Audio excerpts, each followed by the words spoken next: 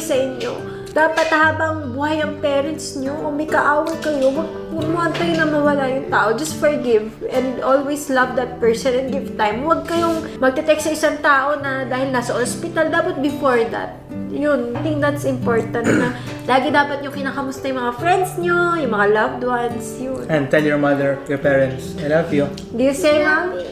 You can say I love you too, ma'am. I love you. Yun. Alam mo.